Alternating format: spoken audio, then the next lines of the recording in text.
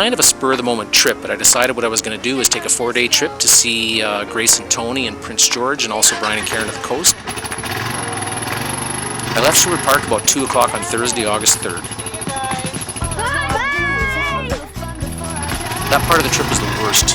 It takes a while to get used to any bike, and this one didn't like steady cruising on the highway at over 120. I finally made it to Edson and stopped for a long lunch at McDonald's. Earplugs in, giving up on the walk, but I made it to Hinton without stopping and gassed up. The trip past here was much nicer. The speeds were just a bit lower, and the highway and the scenery are much better. From Hinton to McBride's an excellent trip.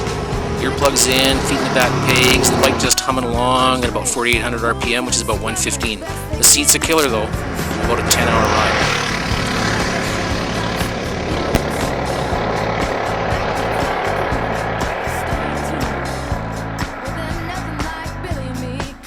I gassed up in McBride and then encountered what I thought was forest fire smoke, but it ended up being dust from chips on the road.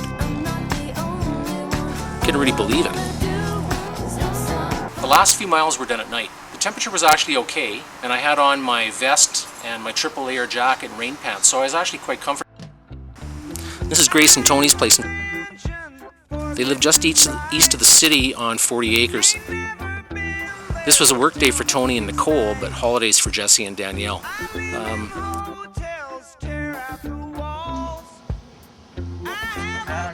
Tony runs a home-based repair business that specializes in Harley engine work. Jesse had ridden his bike down to have Tony listen to an engine noise.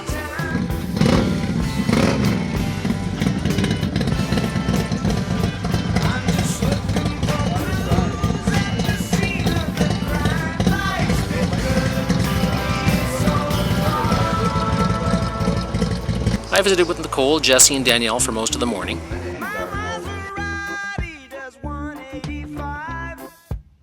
Tony kind of just took it easy during the day, and Nicole didn't have to go to work till the afternoon. Danielle had her parents' dogs, which made for 6 at the house.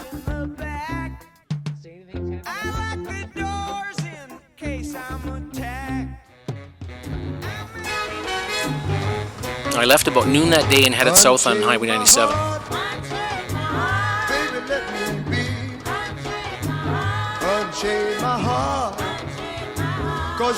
Gassed up in Quesnel and then had a good ride to Clinton, where I turned east on 99. You got me sort of like a pillowcase, but you let my love away, so unchain my heart, oh please set me free.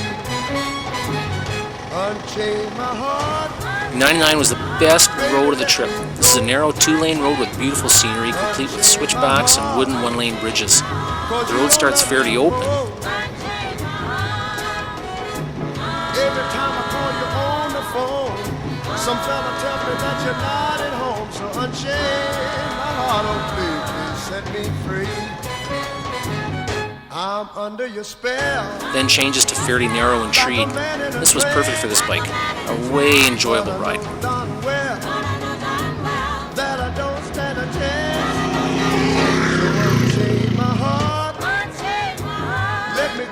Whistler was my next stop, where I called Brian and Karen.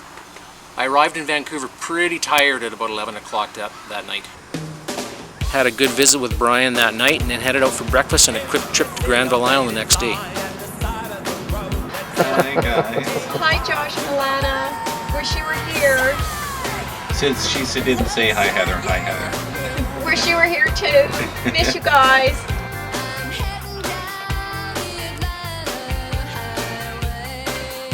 Evening was spent watching the final night of the Festival of Light fireworks competition on Roger and Sylvia's houseboat on Falls Creek.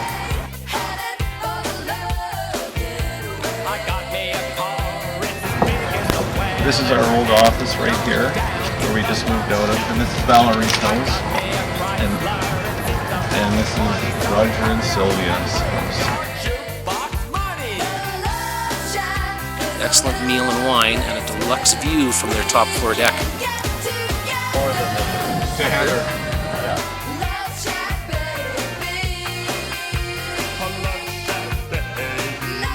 To Mexico and fireworks. Oh, yeah. It is Mexico.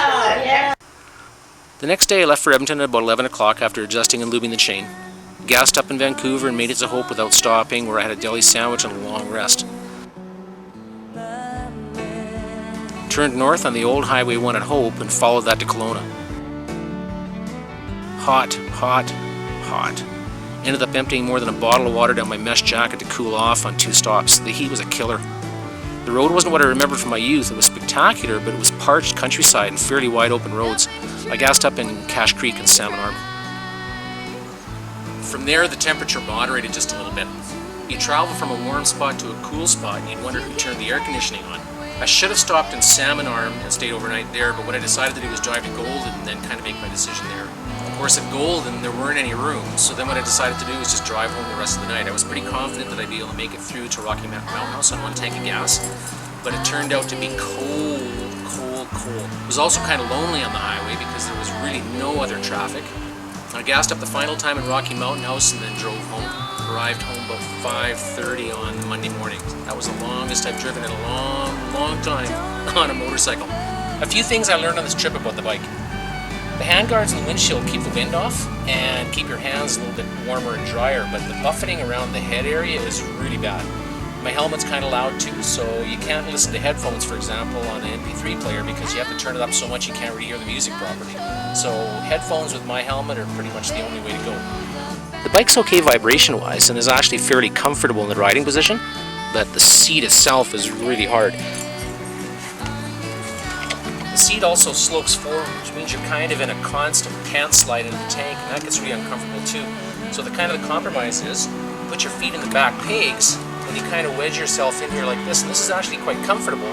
The only thing is you get a bit cramped after a while, so what you end up having to do is stop every 100k or so, even though the bike can travel much longer between gas stops. During the trip, the bike never missed a beat, and it averaged 4.7 liters per 100 kilometers, which is about 60 miles per imperial gallon for all you guys that are older like me. The bike actually handles fairly well, but when it's out on the highway, I think the wind going over the fairing and the hand grips tend to conspire with the big front fender, and they make it a bit unstable at higher speeds. Like anything over 120k is a little bit unsteady on this bike. You can also feel the forks really twist when you, especially on the highway on a long downhill, which makes for a little bit of a, queasy feeling as well.